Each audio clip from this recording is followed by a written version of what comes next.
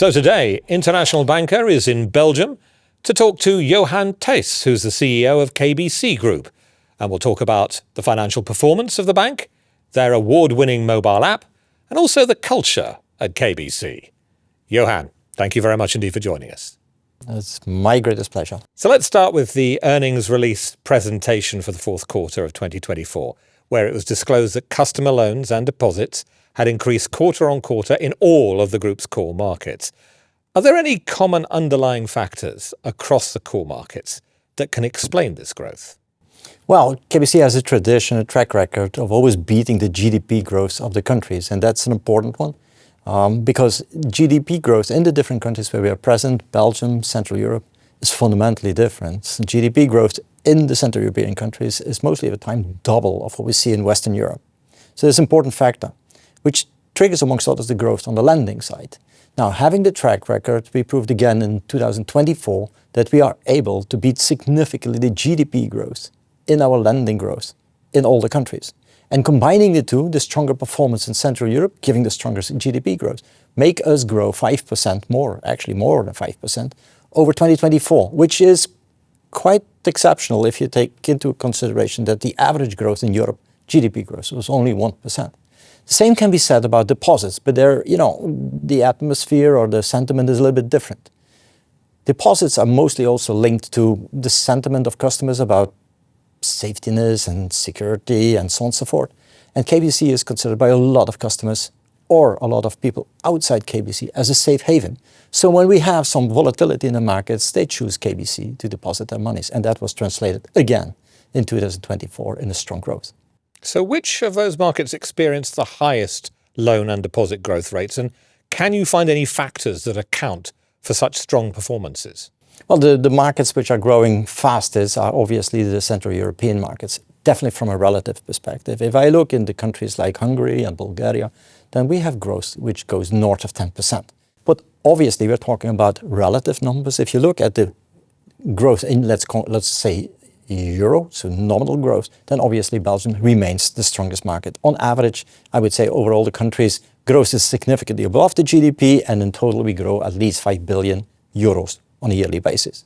New loans, which is quite okay given the markets we were active. That Q4 presentation also stated that KBC has, and I quote, made sustainability integral to our overall business strategy and integrated it into our day-to-day business operations and the products and services that you provide. How has sustainability been most significantly and effectively integrated into the group's daily business operations in recent months? Well, sustainability is something which has changed, or the view of sustainability has changed fundamentally over the last, let's say, 5 to 10 years. It has become more and more imminent for all customers of ours that they are facing a world which is completely different, also on the front of, let's call it ESG. Now, given all those changes, given all those requirements, which are also driven by regulatory initiatives, our customers are facing a challenge which they not always can deal with. Now, what we have as a mission in KBC is to service our customer better. We are there to provide solutions for the financial needs and the questions on financial needs of our customers. So sustainability became an integral part of answering those questions.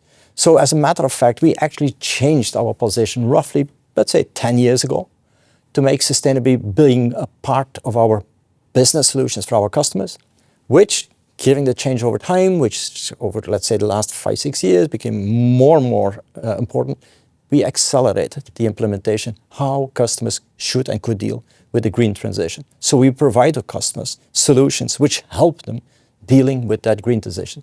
In a matter of concrete examples, it is, for instance, providing them with carbon footprint calculators, is providing them with solutions, for instance, for retail customers, how to deal with renovation, and so on and so forth. We take all the hassle out of their hands and we provide them insights how they can deal with that.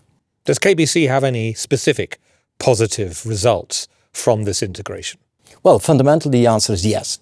Not only because rating agencies on the sustainability side rate KBC as one of the banks, even globally, which is in the top 10 in dealing with sustainability matters, but also for our customers.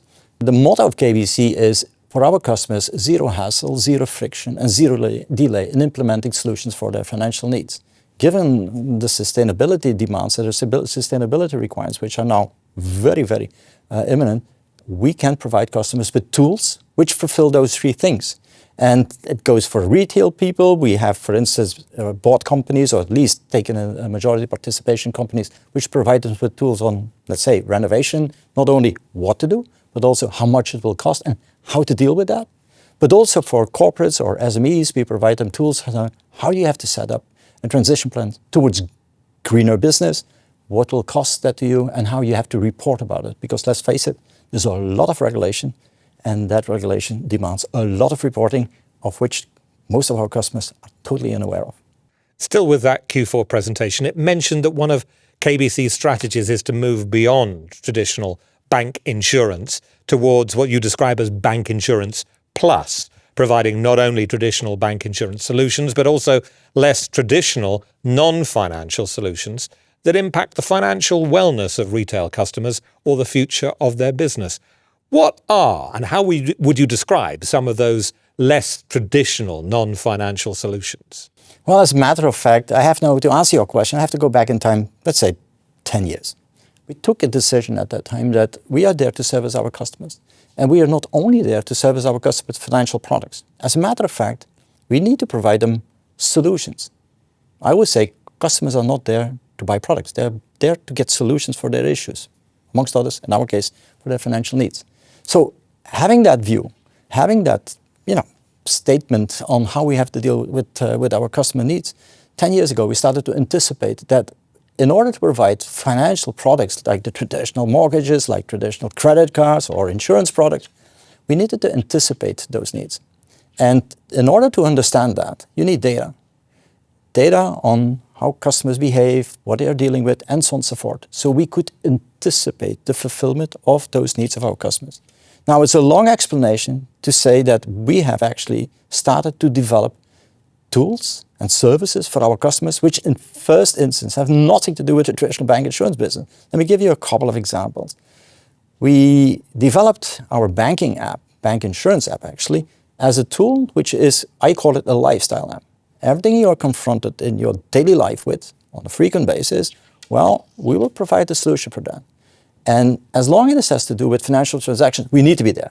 Let me give you a silly example. When you need to buy a bus ticket, we will provide that service into your mobile banking app. When you need to buy a ticket for your parking your car, we will provide that. If you want to book a hotel, a restaurant, we will provide that. It doesn't make sense from a pure banking perspective. For a customer, it gives you a great sentiment that we are facilitating everything which has to do with financial services in your daily life. And as a conclusion, because customers like it, they will use it, and they will be part of our mobile banking app. Let me say it different. They will be part of our KBC ecosphere. In doing so, we better understand them. In better understanding them, we can anticipate their future needs, and we can have a better delivery of the solutions for those future needs. How satisfied are you with the progress of such a strategy? Well, to be very straightforward, when we launched this strategy, and you have to understand, we update our strategy every 3 years. So it's not something which we made 10 years ago and let's now implement it for the next 15 years. No, it's not how we work. We have a view. A view is based on customer needs. Customer needs change over time, so we constantly adapt our strategy. Intrinsically, every 3 years we do an update. Now, what we see is that how we have tried to fulfill the strategies which I just described, that over time we can, thanks to technology, always add bits and pieces which allow our customers indeed to consume our solutions in a way which we call zero hassle, zero friction, zero delay. And when I was rolling out what we call Kate, our service bot, 3 years ago, we were not anticipating the speed in which it was embraced by our customers. Customers jumped on it, they like it, and they massively use it throughout the group. And that process of launching something, taking up by our customers, and using it in their daily life was for us under-anticipated, which is good news actually, because they don't not only use it, they like it a lot, and they are massively using it, which allows us to build further upon that experience going forward. I want to come on and talk about Kate a little more a little later in our interview. But one of the most significant results was the group achieving a 49-51 split between net interest income, NII, and non-net interest income, NNII, thereby maintaining what is an almost even distribution. Is reaching this approximate 50-50 split an official group strategy? And if so, how do you make sure you ensure that it happens? Well, it's an interesting question, and the answer is, actually, it is not a hard target. So the 50-50 split, as such, has never been imposed by me or by my supervisory board upon the group.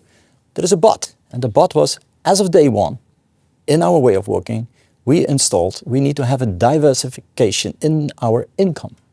And that diversification brings us away from pure net interest income, so from pure interest-bearing products.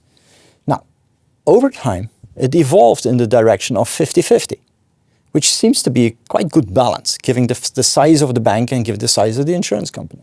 But the reason why we are there today is because underlying, we have a lot of parameters, which, are KPIs, so key performance indicators, which are strived for by our staff, which are triggering the ultimate result, leading to 50-50 split of our income, NII, non-NII.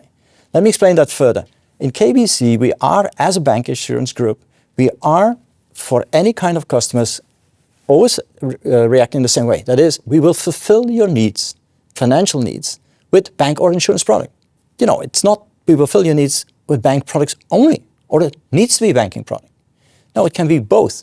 As long as it is a KBC product, we are fine. So in this perspective, we strive for that every customer of KBC has and banking and insurance products in its portfolio. And that in itself already triggers that the income which will generate will be split X, Y, banking income, most of the time interest income, and others. Now, reality is indeed 50-50 split. It's even more intriguing if you look back in time. So if you go pre-COVID, let's say 2019, the split was 50-50, literally. Now, why I'm saying this is important is in 2019, interest rates, policy rates of the ECB were negative. So this was not really a benign environment for generating net interest income. Now, over time, we all know what happened. Policy rates were pulled up from minus 50 basis points, the ECB rates, to 4% plus. And that 4% is already very benign for a banking environment, for sure, on the net interest income side. So what we saw, obviously, as a consequence, is that our net interest income started to increase in a quite significant manner. Now, the absolutely, definitely for the outside world, astonishing performance which we had, that is, despite the strong growth of the net interest income, in 2024, 2023, 2022, the split between net interest income, which was boosted, and non-net interest income was still 50-50. So actually, let me translate that differently. We were able, as KBC, to not only strongly generate net interest income, but also make sure that our customers bought other services as well. And those services were fee business related or insurance business related. So as a matter of fact, the diversification of our income was remaining solid over a period where the fundamentals of our business were changing. And amongst others, that element was picked up by the markets and is also shown in our stock price performance. A last thing to say about that, we have another diversification, and that one is the geographical diversification. Because let's face it, Western Europe, in essence, we are present in all countries in Western Europe, but the bank insurance activity we have in Belgium, the growth in those countries in Western Europe is, let's say, roughly 1%. Whereas in Central Europe, the growth is at least double of that. And in terms of diversification, when you know that GDP, so economic growth, is linked to, for instance, the business you can do on the insurance side, but also on the lending business, having that diversification, if it is a little bit difficult in Western Europe, we still have Central Europe to boost our income and keep it at a decent level. So yes, KBC has a double diversification, and we're very happy with that. How does KBC define straight-through processing, or STP? And briefly, if you wouldn't mind, what methodology do you use for assigning STP scores? Well, I think this is a very important question because people fundamentally underestimate what it really means to have productivity gains, and STP, straight-through processing in our definition, is crucial for that element. In the definition of KBC, straight-through processing means that, when a customer asks a question and you provide a solution to the customer via a digital way, then zero human beings are interfering in the process. Say it differently, end-to-end customer process in this perspective is defined in such a way that you can deliver the solution without any kind of human intervention. As a matter of fact, the process becomes scalable. So you can sell more without having without having any increase whatsoever on the cost side. Now, the reason why for us this STP is so crucial is because we have, in the meanwhile, with our service bot Kate, a lot of interactions with our customers. Customers are using Kate in the first place to see if they can be provided with a solution for their question. And if you don't have a straight-through process behind the answer of Kate to the customer will get frustrated. I always compare it with the following. Having Kate, a service bot, answer your question without an STP is like putting lipstick on a bulldog. It looks nice, but ultimately it will bite you. And for us, we have been able, in the meanwhile, over a period of 3 years, to have 61% of our commercial processes in retail fully STP'd.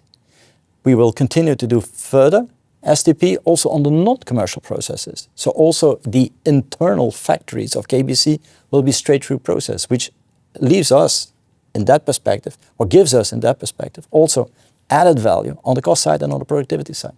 So it is a crucial element in the way how we deal with our customers, but also with innovation. From a group digitalization perspective, though, why is the STP score considered to be such an important metric for you? Well, you always need to have targets. We know also that not all processes can be STP'd. So we took, 3 years ago, we took in a stance that said, listen, 60% of our processes need to be STP'd as a starting position. Because what you need to fundamentally understand, it's not an easy one. If we say that a process is STP'd, so straight-through process, you have to completely redesign your process. Let me make a bold statement. Intrinsically, you can automate all processes which you have. But it is not only about the automation and the redesign of the process. Also, it needs to be, it needs to be affordable. Because let's face it, a process which is straight-through process, which is completely redesigned, will cost you a lot of money. It is not used too often, then the payback price or the payback period will be far too long, even potentially never be there. So STPing processes is also a matter of economics. For customers' processes which are having a high frequency, it makes a lot of sense. For customers' processes which are either too complex or not often used, well, you need to have, there will be a trade-off. And in our definition, we say, listen, at least 60 to 70% of our commercial process can be STP, definitely on the retail side. On the commercial banking side, it's something else. And therefore, we are using there another approach. And the other approach is part of the processes can be STP'd, but linked to be 100% linked to human processes. So there the definition is a little bit different. But on a yearly basis, we gain a productivity gain between 1 and 1.5% on the entire group in having STP processes, quite significant.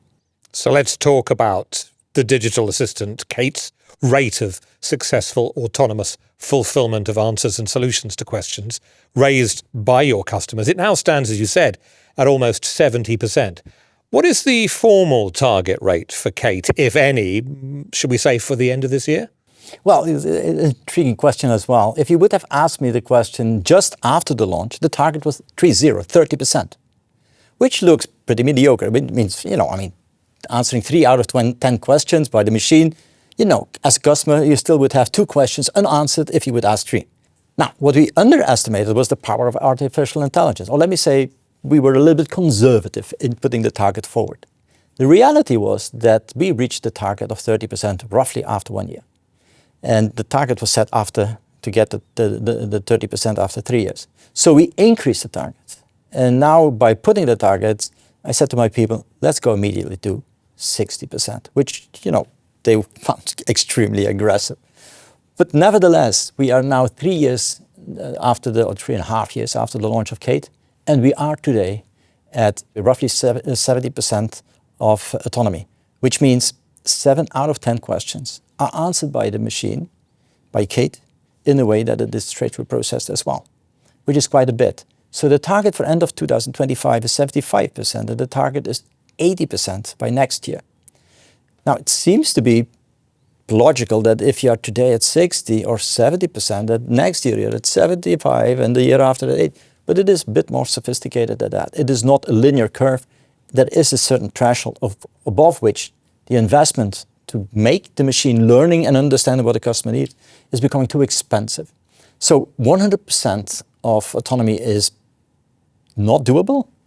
Theoretically, it's possible, but it will cost you so dearly that it's not longer worth of it. And the second part of it is customers, by using Kate and getting more answers to their question, that start to play with Kate as well. They start asking questions which have nothing to do with KBC and which will definitely not be answered by Kate. Did you, or were you unduly conservative, or did you just underestimate the appetite that is there to deal with questions and get things done immediately and processed properly?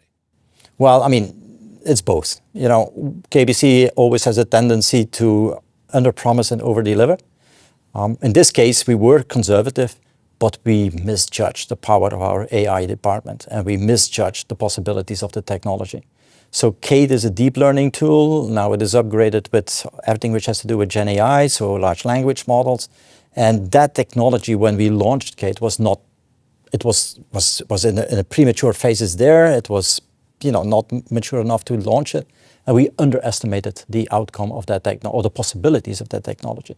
So, in all fairness, we underestimated what the technology, what the kind of enabler the technology was for what we had in mind. So, therefore, 30 and now 80%. Is 100% possible? No, and theoretically it is, but the cost price of making it 100% is of such a kind that it's no longer worth it. So there's a threshold, and then next to that, customers are playing around with Kate, start asking questions which have nothing to do with financial services. What's going to be the weather tomorrow? Well, Kate will not be able to answer that. Now, as I understand it, part of what has earned the KBC mobile app several very lofty accolades is its seamless integration into Kate, and that's now on hand in the app to guide customers, as we said, along their respective journeys. Can you give us a brief insight into how this integration was really successfully achieved from a design and development process standpoint? Well, as a matter of fact, all started with the development of the mobile banking app, which was built actually in 2010. So it is not that long ago. It was 15 years ago. The app, which, by the way, won also the prize of most innovative application in the Benelux, was designed to do traditional bank and insurance transactions. Full stop. 2 years later, we completely changed the setup of the app because we said this cannot be the end goal. The end goal is something else, and the end goal is customer service. And customers, they're not inclined to go for products. They want solutions for whatever they are experiencing in their life. So what we are doing with the mobile banking app was starting from the position customer service and what you need for that. So we started to include services like buying bus tickets, train tickets, airplane tickets, restaurants, paying your cleaning lady, and so on and so forth. Afterwards, we started to add other solutions. And the other solution was, there are so many questions. You cannot find all that information in the app anymore because the app becomes too broad and has too much possibility that customers get lost. So we need to have a full-time employee. What is full-time? 24/7 employee in your pocket. And that means that we are going to develop a service bot in your mobile banking app, which will guide you as an individual. So it's no longer a service which is for everybody the same. It's a service which is specifically tailored for you via the service bot. And now, adding all these bits and pieces together, now we are moving to the next stage. And the next stage is we will help you in your daily life with whatever you are experiencing and whatever needs you are, as long as they are linked to one or the other financial service, we will service you, not only on the financial product, but also all the steps preceding that. So if you want to have your house renovated, well, there's a lot of things you will get involved with, which you're totally unfamiliar with, which is for you like a jungle. It's a lot of administration, you need permits, and we will sort that out. With we, Kate will help you in doing so. And guess what? As of the moment that we have found all the solutions for you, we will facilitate you with suppliers for those services and the financial products. Well, you can buy them with us. So Johan, what do you anticipate will be the most significant development under the group's digital-first strategy this year in terms of elevating the customer experience? Well, I can give you multiple examples of what we are currently having on the plate and what we're going to launch any day soon. Nice things, but fundamentally, it's not the answer to your question. Nice things that, carbon footprint calculator for companies, or buying a ticket for a highway or whatever. This is fun, but it's not really the answer to your question. The answer to your question is we create an environment which facilitates you as a customer in the daily stuff you are experiencing in your life. And stuff which is becoming more and more complicated, administrative burden, let's face it, that the financial industry in itself is super complex in its administrative processes, but also the outside world is getting more and more complex. Well, in that jungle of complexity, we will provide you services via our applications who will ease your life. And that's where we need Kate for, that's where we need our Kate coin for, and that's why the mobile banking app is becoming a lifestyle app and no longer a bank insurance app. How excited should customers be about that? Well, until now, they are super excited. If I see the users of it, they're super excited. If you look at the Net Promoter Scores, which is a kind of satisfaction degree of our customers, they're really thrilled of what we're offering. And if I look at rating agency, the outside world rates the KBC mobile banking app as the best banking app in the world. So history is not a guarantee for the future, but at least we started well. Let's talk about the culture of Pearl Plus. How, if at all, has KBC's increasing focus on sustainability in recent years impacted or influenced its approach to the renowned business culture of Pearl Plus, which, as we know, stands for performance, empowerment, accountability, responsiveness, local embeddedness, and the plus is for adding value by working together to innovate, initiate, and inspire throughout and for the benefit of the entire group. For example, with respect perhaps to what constitutes responsible behaviour? Well, also, in your question, the answer is intrinsically already embedded. If you look at our Pearl culture or Pearl Plus culture, well, the culture triggers the answer to your question and not the other way around. So, for instance, everything which has to do with sustainability is intrinsically triggered by the Pearl culture. The world changes. We have to be aware that we have a negative impact, that our economic developments have a negative impact on our environment. How are we going to solve it? We're going into a green transition. Well, if we take that mission on board, which we did, then the Pearl culture says, listen, the P stands for performance. So we are going to help our customers achieve that green transition. The E stands for empowerment, which means that all my employees throughout the group can come up with initiatives which facilitates what I just said. So which will help us. For instance, creativity, innovation, this is dealt with by all employees. So if one of my 43,000 employees has a brilliant idea how to deal with Kate, how to deal with sustainability, and so on and so forth, well, they can come up with the idea. If the idea flies, we will implement it. If it doesn't fly, nice try. Accountability, we need our customers to help. We have accountability towards our customers, to our society, and therefore we need to have to do our utmost to deliver. The R stands for responsiveness in sustainability is a fundamental need.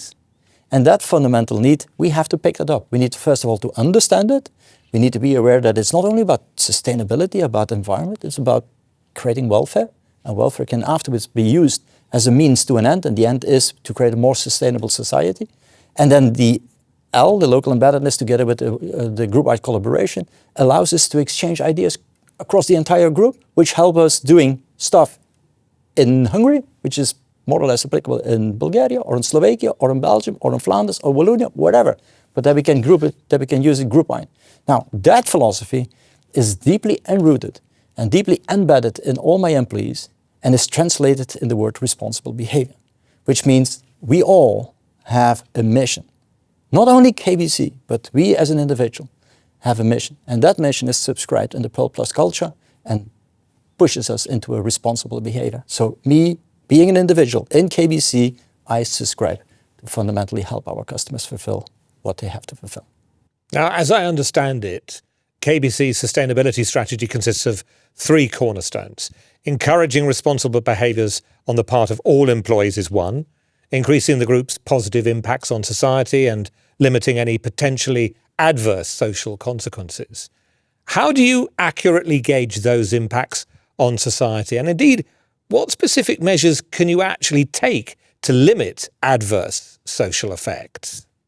course, we have a lot of regulation, and the regulation has, in this perspective, also a lot of parameters which we have to, first of all, adhere to, and secondly, for sure, implement in our daily activities.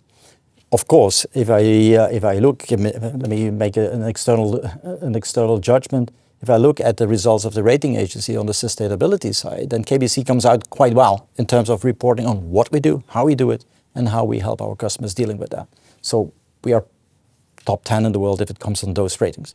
Now, in terms of, that's the outside world. In terms of the inside world, well, we have a lot of activities going on which are helping KBC Group and, of course, our customers to deal with that green transition. Because let's face it, this is a two-sided coin. First of all, we as a company, we also have to fulfill our sustainability goal.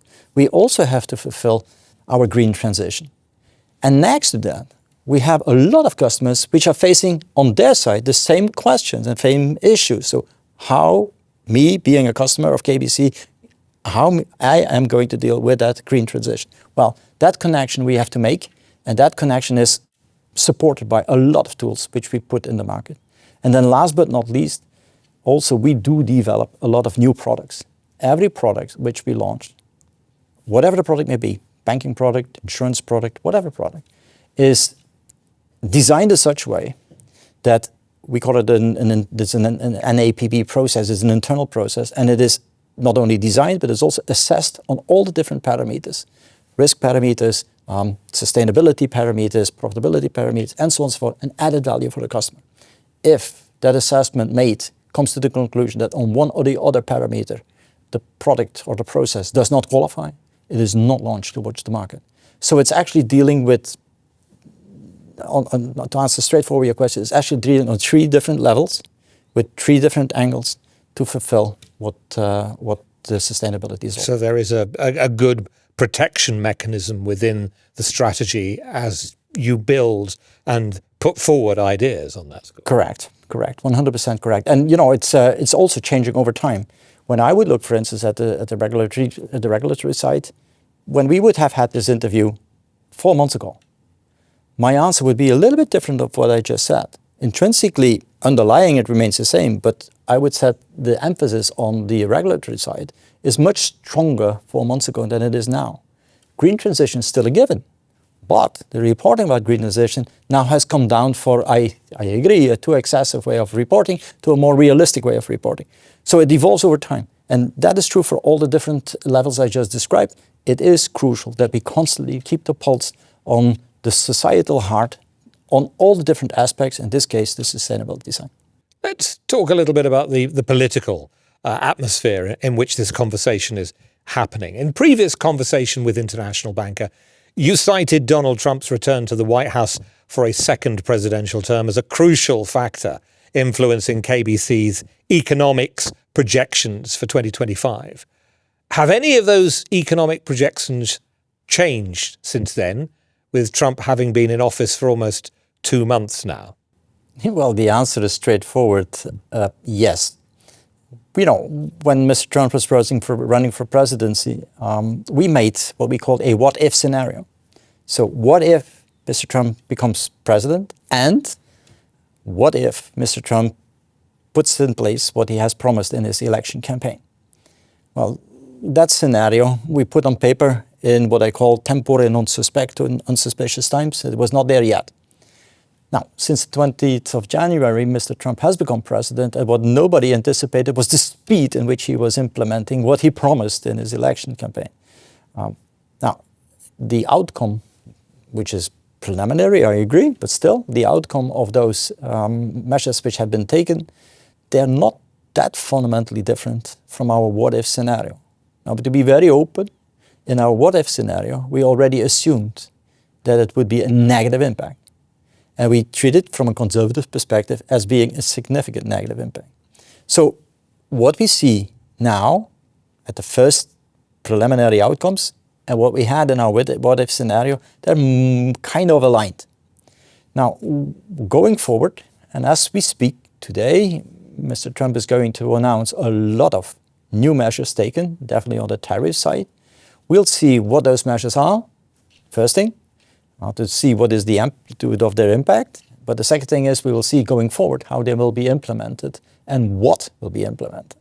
But if it really comes to the implementation of what is anticipated now that the decision is going to be, then the impact will be fundamentally negative. What we already see is GDP growth in the US is coming down. Inflation is creeping up. The interest rates are creeping up. So the outcome for the US is not, on the short term for sure, not necessarily positive. There is an impact on Europe. Depending on the outcome now of the to be announced tariffs, the impact will be for sure negative on the GDP growth. On the other side, the big positive outcome of Mr. Trump's administration and the reaction of that is that Europe has come to the conclusion we need to be more independent and for sure not only dependent on what our friend in the US is saying to us and helping us. So that part is a positive. And Europe now understands that we have to be more autonomous on different aspects. And for instance, Germany has taken an unprecedented decision on the Schwarze Null. And this is definitely going to help Europe going forward on an economic side, but also on other sides, which means that we are becoming more and more a stronger continent like we were until today. So if there is any positive, then it's that. You sound as if you're kind of braced for action. How well positioned is KBC to weather, in inverted commas, the storm? Well, of course, we are present globally, but our main presence, and by far our main presence, is in Europe. So the impact of decisions taken on a global level on Europe is for us crucial. Given the fact that we are having fundamentally a negative impact which is linked, for instance, to the tariffs and to the uncertainty which is there in the markets, that negative impact will impact KBC for sure, like it will impact the rest of the other players in the financial market. The positive side is, on the other hand, the initiatives which are taken to become more independent, to become more autonomous as Europe as a whole. And that is going to, for sure, boost the economic growth in Europe. And then you have the difference between Western Europe and Eastern and Central Europe. And given the fact that those markets will react differently and that they will react in a way that GDP growth will indeed be fundamentally different in both parts of Europe, given our diversification, I think the outcome will be okay. When I would take a stress scenario, we have done so in the what-if scenario, which I described earlier, well, then still the impact, if negative, it will be still for KBC okay. So what are some of the most effective ways that the KBC Group ensures that it attracts and retains the best and brightest banking talent in the market? We know that talent is where it is at. We know there is a shortage. What are you doing about it? Well, I don't know if you attract the best and the brightest, but we have attracted at least definitely good people, great people to be less modest. So KBC has quite a reputation in the market, definitely in the countries where we are present, and that reputation, brand reputation, but also the reputation which is linked to the great results, the successes which we have booked and so on and so forth, amongst others, from a profit side, but also on innovation side, that have strengthened us in the labor market. When we have applications, for instance, on the innovation side, it is actually not an issue to find great people. And once they are into the company, then we have a very specific policy how to deal with those newcomers. I think one of the strengths which we have is, for instance, we are an international group, but we do consider KBC Group as one single market. So people which are doing a job with KBC, they can actually move around in the entire group, like it was one marketplace. And that is a crucial one, because when I was young and I came into a company, I started with the idea, I have a job now, I will do my utmost, and probably I will retire in this company. Well, that way of thinking, that's gone with the youngsters. So you need to find for them challenges. And given KBC's reputation, given the fact that KBC is front runner on a lot of domains, amongst others, innovation, that triggers a lot of young people to come to KBC and explore the possibilities, be it in Belgium, be it in Central Europe, be it in innovation, be it on the insurance side, be it on asset management, whatever. We have so much to offer that they stay with us. And when I say our churn rate, our attrition rate, it's super low. So for instance, in Belgium, we have a churn rate of 2.5%, which is substantially lower than the market average. Why? Well, because it's KBC. It's still challenging, though. I mean, what challenges are you finding when you're facing competition from the fintech firms and other financial firms as well, who are all offering good, difficult to find talent, great opportunities. Well, I fully agree with you. We constantly are confronted with third parties, which are also having certain cases very nice, attractive possibilities for instance, our own staff. And I spoke about success, that it can be an advantage, but the success also a downside. And the downside is when you're successful, people come for hunting for your people. And this is what we experience every day as well. My guy who's running my artificial intelligence department, he has a great view. He says, listen, I have great people dealing with AI. And as I said, we are a front runner, so you know that you have good people. He said, but I don't mind when my people are headhunted by another firm. Of course, it doesn't happen too massively, obviously, because I need to also have new blood coming in.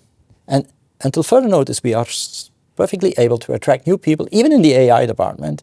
And those people coming in bring new ideas, which allow us to bring up new solutions and become even more innovative.